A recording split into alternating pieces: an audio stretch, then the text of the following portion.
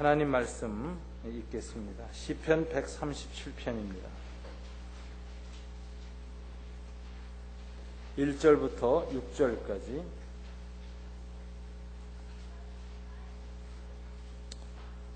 구약성경 902쪽입니다. 제가 읽겠습니다. 먼저 1절 읽습니다. 우리가 바벨론의 여러 강변 거기에 앉아서 시온을 기억하며 울었도다. 이는 우리를 사로잡은 자가 거기서 우리에게 노래를 청하며 우리를 황폐하게 한 자가 기쁨을 청하고 자기들을 위하여 시온의 노래 중 하나를 노래하라 함이로다. 예루살렘아, 내가 너를 잊을진대 내 오른손이 그의 재주를 잊을지로다. 기억하지 아니하거나 내가 가장 즐거워하는 것보다 더 즐거워하지 아니할진대 내 혀가 내 입천장에 붙을지로다. 아멘. 예. 오늘은 주보임이 나온 대로 경술국치 100주년 되는 해 광복 65주년을 맞이해서 드리는 광복절 감사 예배입니다. 한국교회가 다 광복절 감사 예배를 이 아침에 주님께 드리고 있습니다. 오늘 이 아침에 우리 민족이 하나님 앞에 특별히 예배를 드리며 광복절을 맞이해서 아마 3가지 정도를 감사하는 기도를 해야 되지 않겠나 하는 생각을 하게 되었습니다. 3가지 감사 중에 제일 먼저 해야 할 감사의 기도는 100년 전에 우리 민족에게 복음을 허락하신 하나님께 먼저 우리 감사해야 되겠다라는 생각을 합니다. 우리가 나라의 주권을 빼앗긴 지 100년째 되는 해인 오늘 우리 민족의 서름과 치욕을 벗어나게 된 결정적인 힘은 어디에서 왔을까? 이거는 예수를 믿는 사람이든지 안 믿는 사람이든지 다 똑같이 일치된 견해는 복음에서 왔다라는 거예요.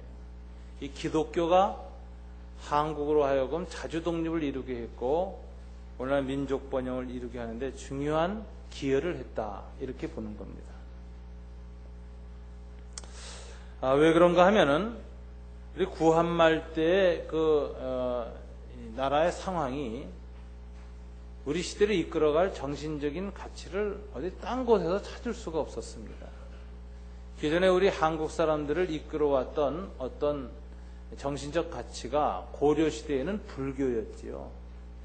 그래서 불교를 통해서 국가와 우리 민족 공동체가 어떤 가치를 향해서 이끌려 왔는데 이것은 이미 고려시대에 무너졌고 2조 500년 동안에는 불교는 거의 그냥 개인의 기복 종교화 되어버렸습니다. 이제 두 번째는 유교가 2조 500년 동안 이끌어왔는데 구한말에 이미 유교의 개혁이 실패하는 겁니다. 대원군의 개혁이 실패하고 김옥균의 개혁이 실패하고 동학난이 일어나면서 유교는 백성들의 마음속에서 이미 지도 이념으로서의 가치를 상실하고 말았습니다. 따라서 이 당시 구한말의 우리 민족은 소위 정신적인 측면에서 아노미 상태에 들어갔다라고 볼 수 있습니다. 무엇이 새로 국민의 마음을 새롭게 하고 새로운 근대 국가를 결성할 것인가에 대한 힘을 가질 수가 없었습니다. 근데 이때 100년 전에 우리 정신적 공백기에 복음이 들어왔습니다. 그리고 사실상 이 복음을 통해서 개인이 변화됐고 개인이 삶이 변화된 것으로 끝나지 않고 나라를 구원하고 민족을 변화시켜야 되겠다고 결심한 기독교 애국지사들이 100년 전에 한국 기독교의 초대 기독교인들 중에 무수히 일어났습니다. 그래서 역사가들이 말하는 바에 의하면 한국의 초대 기독교, 100년 전의 초대 기독교가 한마디로 구국 기독교였다. 나라를 구하는 것을 중요한 기독교 신앙의 동기로 삼았던 기독교였다. 이렇게 되어 있습니다. 어떤 사람들한테 특별히 이런 일이 있었는가? 그 당시에 개화론자라고 하는 사람들입니다. 새로운 서구 문명을 받아들여서 우리나라를 빨리 교육, 문화, 의료, 사회 모든 부분을 행정 바꿔서 빨리 근대 국가로 다시 개혁해야 된다라고 하는 개화론자들이 기독교를 구국의 신앙 정신적 기초로 받아들여서 이거 했는데 대표적인 것이 아마 독립협회 사건입니다. 개화론자들이 독립협회 사건 때문에 감옥에 갇혔는데, 감옥에 갇힌 사람들이 감옥에서 예수를 믿는 일에 아주 집중하고 기독교를 통해서 민족의 새로운 기틀을 놓는 일을 했습니다. 이때 이승만, 이상재 선생님, 유성준, 김정식, 이승인, 안국선, 김림 등 당대 유명한 개화 지도자들이 감옥에 들어갔습니다. 한성 감옥소에 갇혔는데 그 중에서도 유명한 사람은 이승만 박사였습니다. 우리나라 초대 대통령이셨던 분이죠. 이분은 감옥 안에서 옥중 학교를 개설했고 옥중 도서관을 만들어서 기독교 서적을 동지들과 함께 무수히 읽었습니다. 이만열 교수님이 최근에 쓴 역사 속에 남아있는 그리스도인들이라는 책에 보면 이때의 사건을 이렇게 얘기하고 있습니다. 이들은 옥중에서 자신의 고통보다는 나라 걱정을 더했던 사람들이다. 이들이 기독교 신앙을 갖게 된 것은 민족 구원의 소망을 여기에서 발견하려고 했기 때문이다. 그들은 옥중 도서실에서 성서를 비롯한 기독교 관계 서적들을 읽으며 기울어져가는 조국의 장래를 하나님께 의탁하겠다는 확신을 가졌다. 이승만이 감옥 안에서 투고한 글에 보면 기독교를 두고 지금 우리나라 사람들이 각기 그 몸이나 집안이나 나라나 다 일체로 위태한 지경에 든지라. 그러나 구원할 참 이치가 여기 있으니 바삐 알아보고 믿어 행할지어다 라고 하면서 기독교 구국론을 강력하게 피력을 했습니다. 특별히 이 이승만은 옥중에서 도서관을 운영하면서 책을 많이 전하고 기독교 신앙을 전했고 그 당시 번역된 것이 신약성경만 번역됐는데 신약성경을 주변에 많은 사람들이 읽혔습니다. 이 사람들이 초기 소위 애국지사들이 나오는 겁니다. 그 중에서 대표적인 사람 중에 하나가 또 하나는 월남 이상재 선생입니다. 이분은 구한말에 고종 때 주미공사를 했고 나라를 구원해 보려고 몸부림을 쳤다가 이렇게 참 좌절을 겪고 감옥에 들어왔는데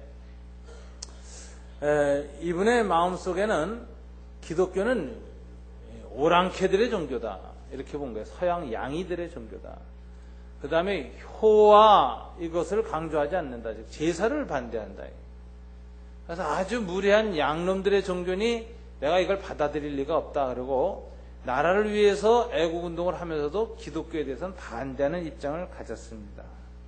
근데 이분이 바로 이 한성 감옥소에 있는 동안에 몇 가지 신앙체험을 하는 일이 있습니다. 첫째, 한성 감옥소에서 24권의 책을 읽었는데 그 중에서 특히 1903년 6월에 신약전서를 3번을 읽었습니다. 그러면서 복음을 접했어요. 그런데 이후에 이상한 신앙체험을 합니다. 이 신앙체험이 참 기이합니다. 제가 글 하나 여기 읽겠습니다. 그는 당시 생전 처음 이상한 체험을 한 것을 기록하고 있다. 이상재 선생의 일기입니다. 무슨 얘기냐면 위대한 임금이 보낸 사자가 그에게 와서 말하기를 천사를 만난 거예요.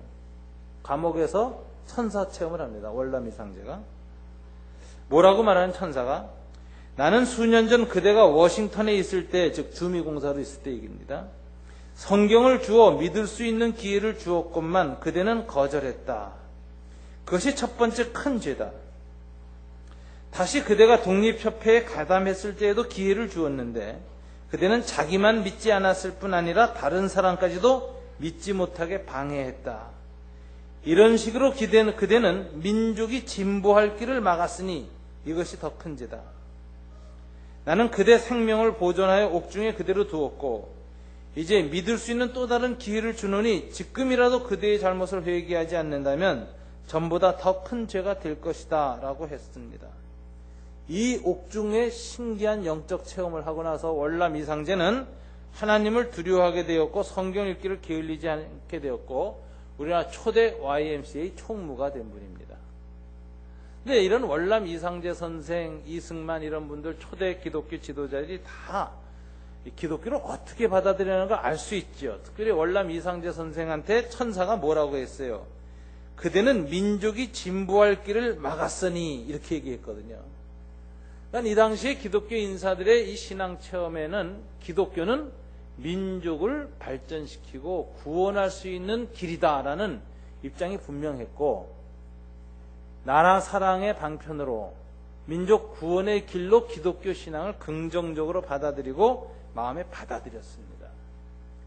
이래가지고서는 기독교를 받아들였기 때문에 초대교회 100년 전에 우리 조상들의 신앙은 오늘날과는 좀 달랐습니다. 구국 기독교였다.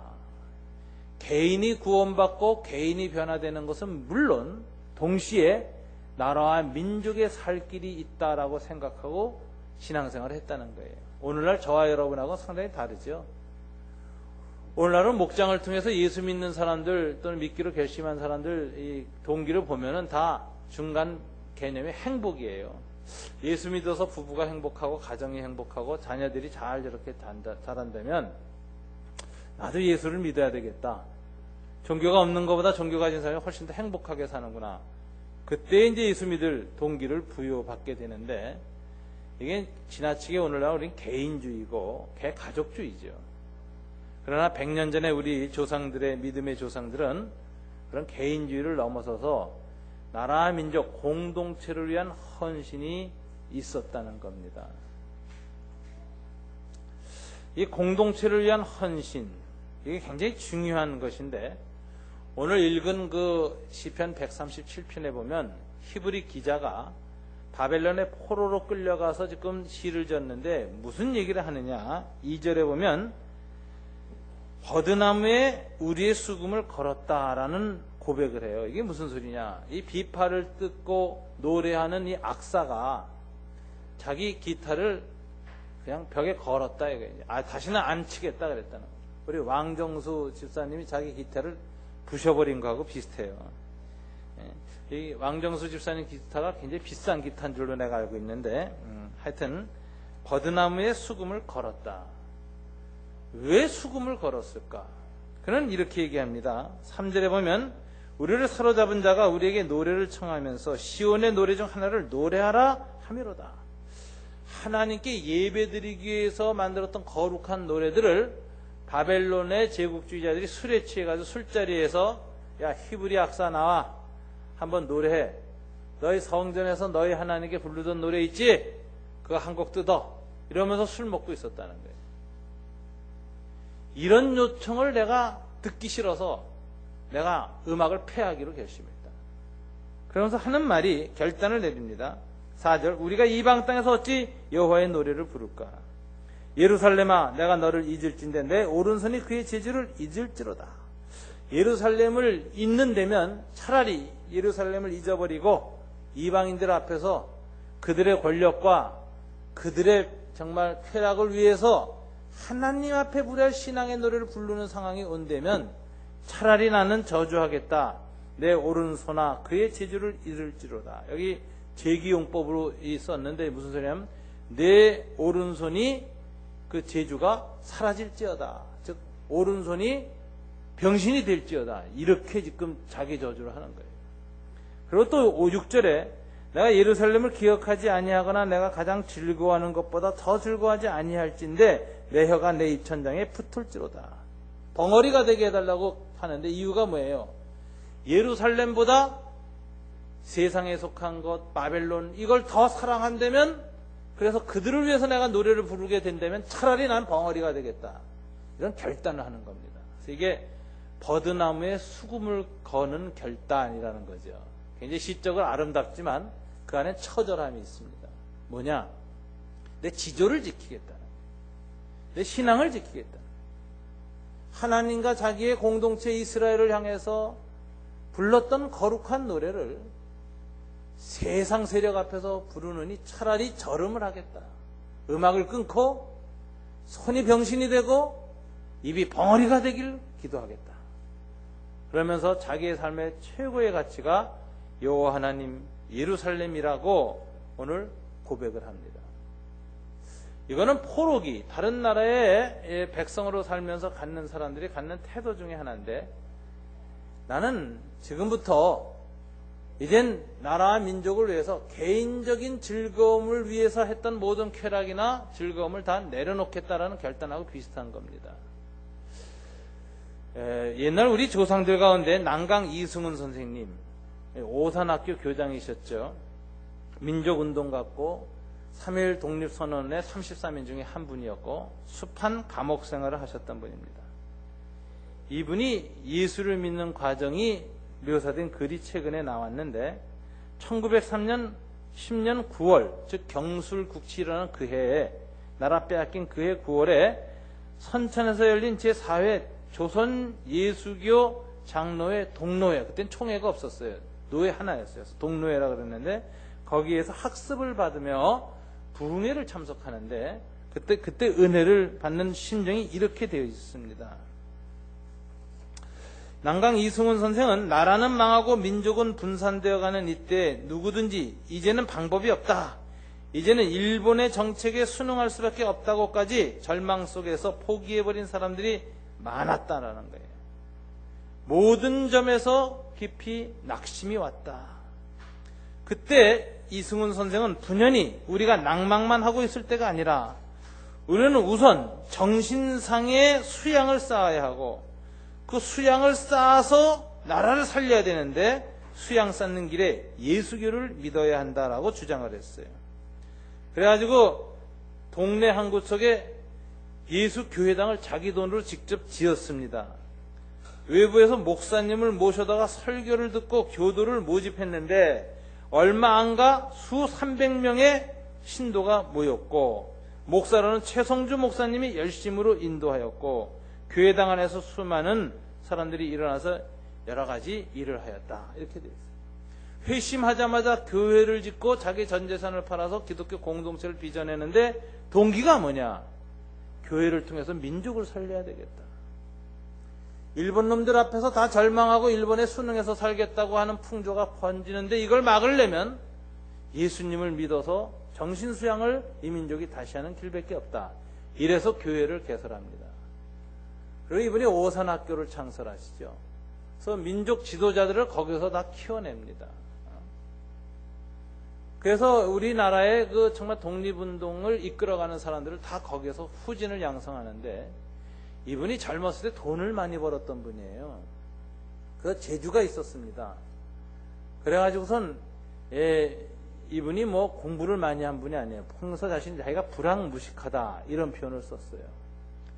근데 이분이 그 돈을 벌었는데 전국의 보부상들을 돕고 지금 말하자면 이제 대리점을 전국 대리점망을 갖췄어요. 그래서 제물포 인천에 가서 일본의 배로 들어오는 신물질들을 사다가 팔았습니다. 그래가지고 아주 거부가 됐어요. 거부가 된 이 사람이 예수를 믿게 되는 걸 즈음으로 해서 전공이 바뀝니다. 돈 버는 전공에서 돈 쓰는 전공으로 바꿔요. 그리고 내가 이제 개인의 부귀와 영화와 일신의 이 영달을 위해서 내가 돈을 벌 것이 아니라 이제는 나라와 민족과 예수를 위해서 살아야 되겠다고 결심을 강하게 하고 평생의 민족에 헌신했는데 마지막에 재산 다 쓰고 그리고 그렇게 돌아가셨습니다. 참 시대의 의인이죠.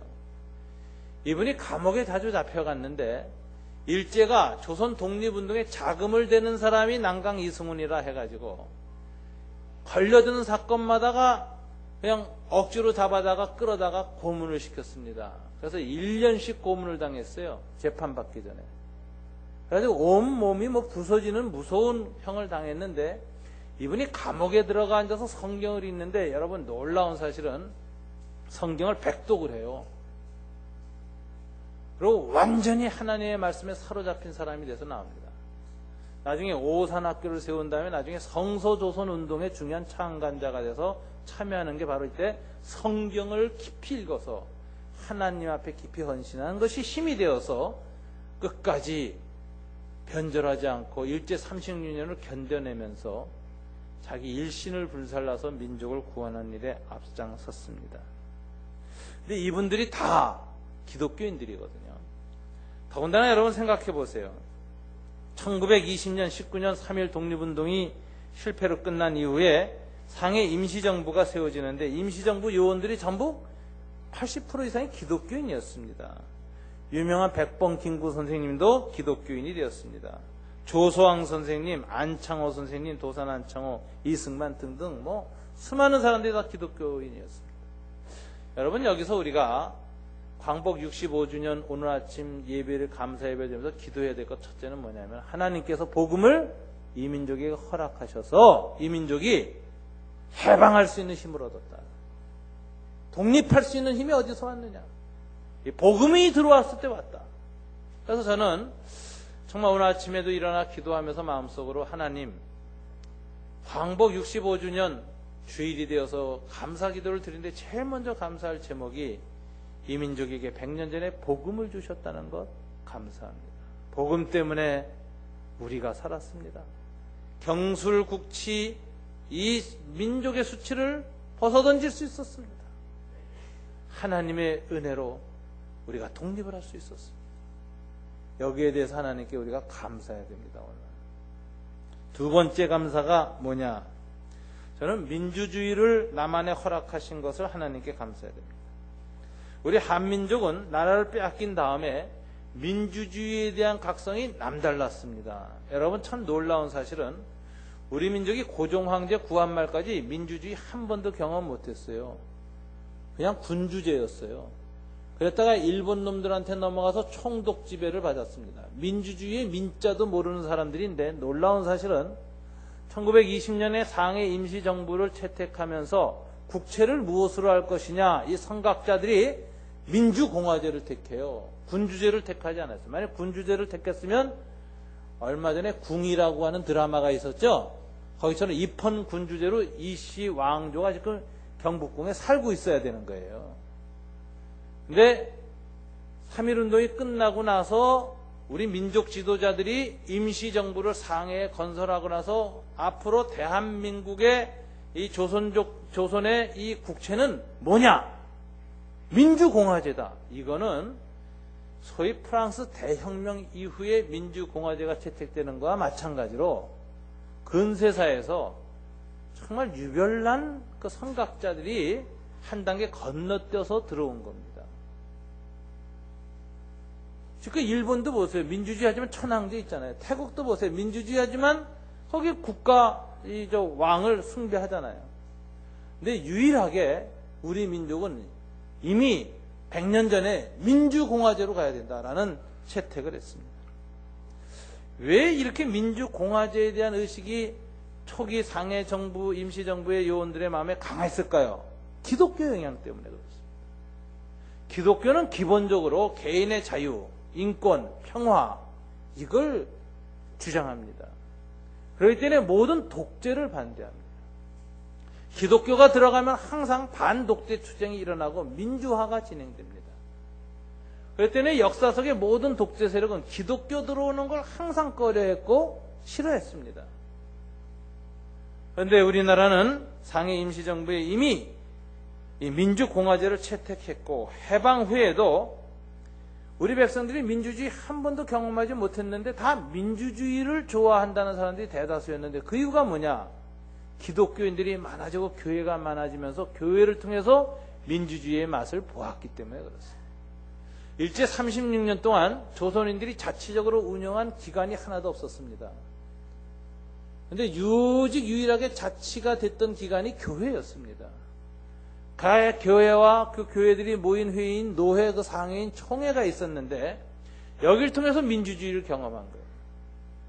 교인들의 의안이 나오면은 교회에서 생전 처음 보는 재직회, 공동회, 당회 이런 회의를 통해서 민주적으로 의사결정을 하고 그 일을 맡을 사람을 맡아서 시키고 거기에 대한 보고를 받고 또 채택하고 이런 걸 36년 동안 교회를 통해서 서구 민주주의의 요체를 체험한 사람들이 수없이 많이 나왔고 이 사람들이 해방 후에 자유민주주의를 지지하는 세력이 된 겁니다. 이래서 공산주의를 반대한 거예요. 공산 독재를 막아낸 겁니다.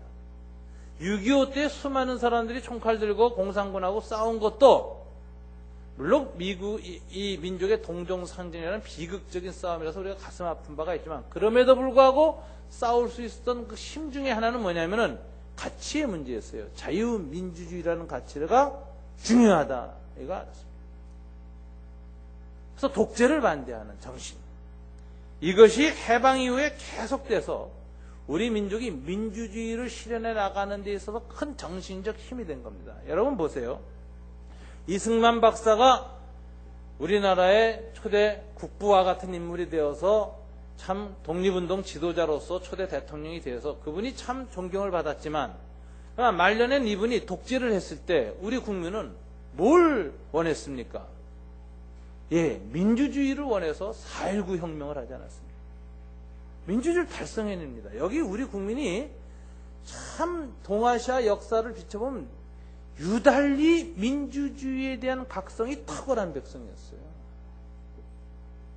이런 그 민주주의라는 이 가치론적 DNA가 내면화되어 있고 숨어있는 백성이 드문데 1949년 지나고 50년 전쟁 지나고 그 아픔을 겪으면서도 북한에 공산당이 있음에도 불구하고 우리가 남쪽에서 민주주의 해야 된다.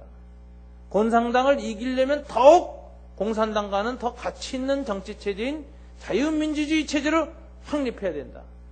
우리가 6.25 때 피 흘리고 죽은 것도 이 자유민주주의를 지키기 위해서 피 흘렸는데 더 이상 독재는 안 된다. 이런 인식이 우리 온 국민에게 있어서 4.19 혁명을 해낸 겁니다. 그해 박정희 대통령이 군사독재를 해가지고 정권을 잡아서 3선까지 개헌해서 민주주의 형식을 취하다가 유신독재로 들어가자 아무리 그분이 경제발전을 이루고 새마을운동을 해서 국가의 이 산업화의 기초를 닦은 훌륭한 분이라 하더라도 민주주의를 훼손하면서까지 해서는 안 된다. 그래가지고 반독재, 유신독재 투쟁이 일어나가지고 결과가 뭡니까? 예, 그 박정희 체제가 물러나게 되는 중요한 계기를 했는데 그때 반독재, 유신독재 투쟁도 다 기독교인들이 중심이 돼서 했습니다. 불교계에서도 얼마 전에 돌아가신 법정 스님 같은 분이 함께 했지요. 천주교도 함께 했습니다. 그 다음에 전두환 정권이 들어섰을 때 광주에서 항쟁이 일어나고 광주 항쟁 2에서 6월 항쟁까지 이것을 계속 국민에게 전파하면서 민주주의의 가치를 다시 심화시키는 결정적인 역할을 기독교인들이 했습니다.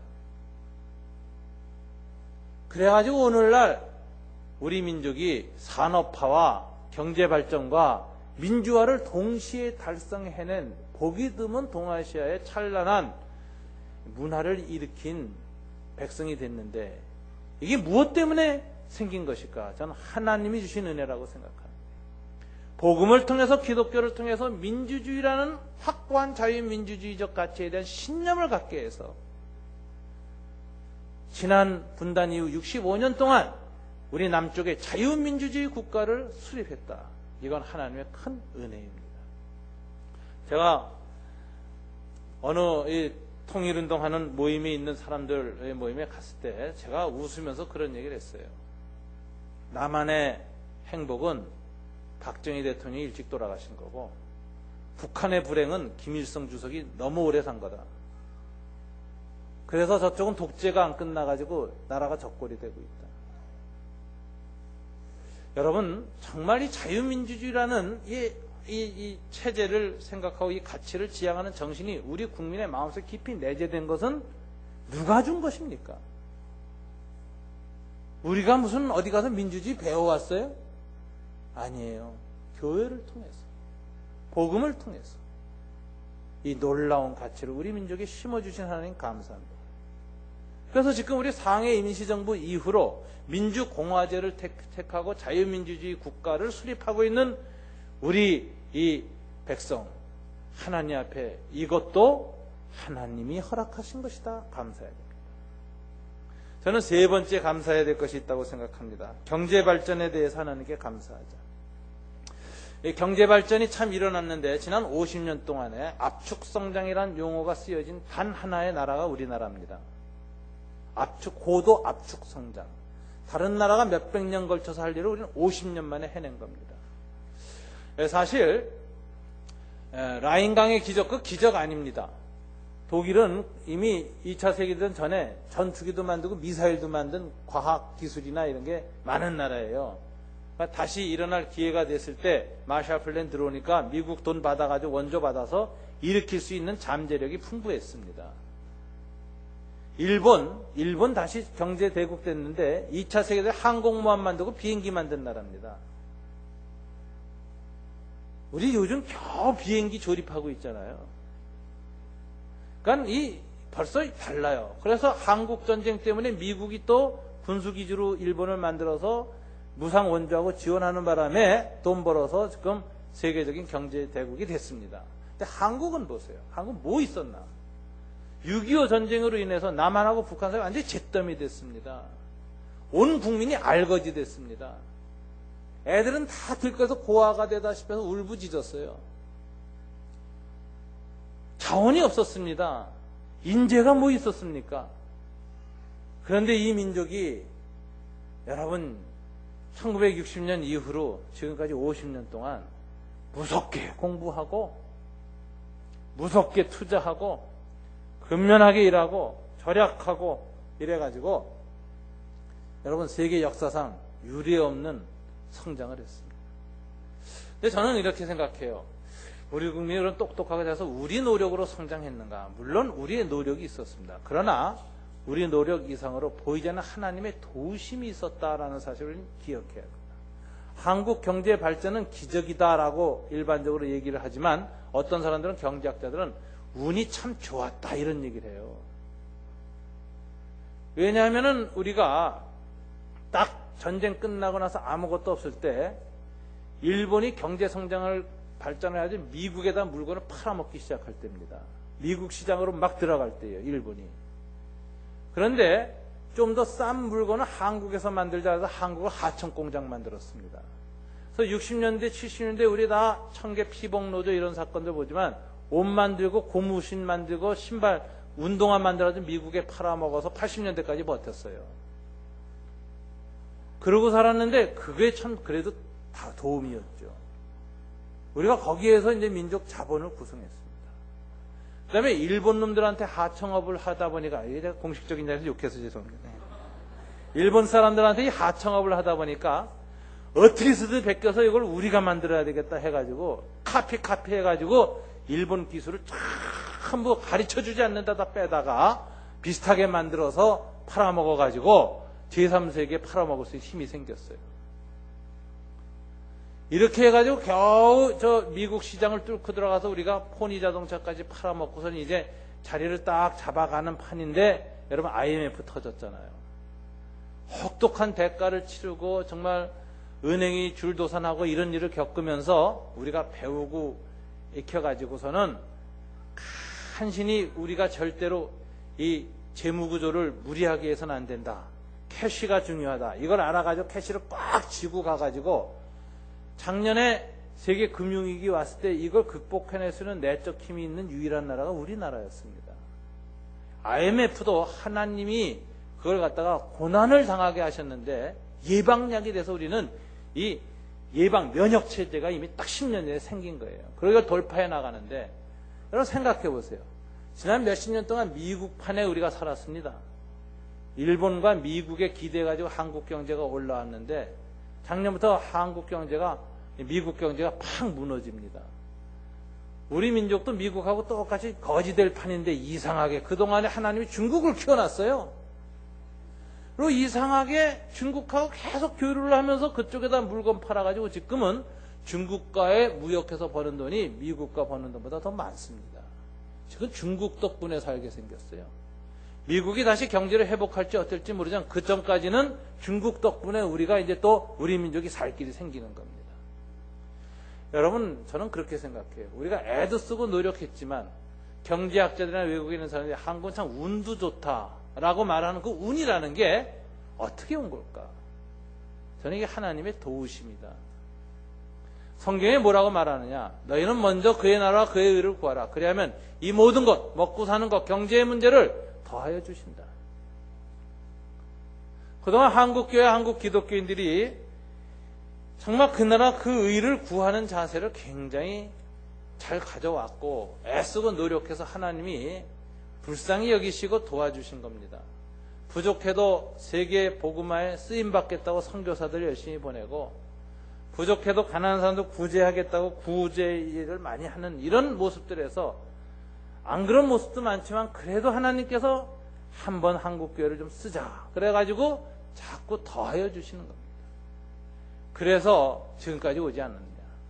사실 우리나라의 대통령이 아주 탁월해가지고 우리 민족이 지금까지 발달했냐, 그렇진 않은 것 같아요. 탁월한 분들도 계셨지만 그 탁월함이 나중에는 오히려 더 참 어려움을 겪게 만들었고, 우리나라처럼 대통령이 많이 갈린 나라가 어디 있습니까? 쫓겨난 대통령이 한둘이 아니요. 여러분, 자살한 대통령도 나오고, 이런 이 우리나라의 참 지도자들이 정말 귀한 분도 많았지만 저 끝까지 정말 성공적으로 잘했는가? 그 머리를 기울이 절레절 흔들게 됩니다. 자원도 없고 여러 가지 없었고 지도자도 만만치 못했는데도 하나님께서 우리 민족에게 이런 기회를 주시고 이런 목표를 달성하게 하는 것은 왜 그랬을까? 저는 하나님의 경륜이 있다고 생각해요. 저는 딱 이 말은, 그 나라와 그 일을 먼저 구하라. 이거 하나님이 가르쳐 주시는 겁니다. 그래서 지금도 우리나라 경제가 계속해서 더 잘 돼 나가고, 그리고 자유와 풍요를 풍성히 누리면서 세계 복음화 사역도 감당해내고, 또 세계 사람들을 사랑으로 섬기고, 이런 성김의 한국, 평화의 한국, 문화대국의 한국으로 이 한국이 업그레이드 되기 위해서는 우리가 가져야 될 태도가 뭐냐? 그 나라 그 일을 더 구하자. 이런 태도를 가져야 돼요. 오늘 히브리 시인이 바로 그런 태도였어요. 내 일신의 안락이나 향락을 위해서 노래하지 않겠다. 내게 있는 하나님 주신 재주를 무엇 해서 쓰겠는가? 하나님과 예루살렘을 기억하는 데 쓰겠다. 만약 그렇지 않을 거라면 차라리 내 손이 재주가 없어지고 내 혀가 벙어리가 되어지고 내 수금을 버드나무에 걸겠다. 이거는 일신의 향락이나 풍요보다는 공동체를 위한 헌신, 가치를 우선순위에 둔 결단이라고 볼 수가 있어요. 오늘 히브리 음유 시인의 결단처럼 그리스도인들이 오늘 광복 65년을 맞이해서 기도할 때, 하나님, 나 잘 먹고 잘 사는 것보다 주님이 말씀하신 그 나라 그 일을 구하는 일에 더 힘쓰겠습니다. 삶의 가치와 우선순위를 분명히 하겠습니다.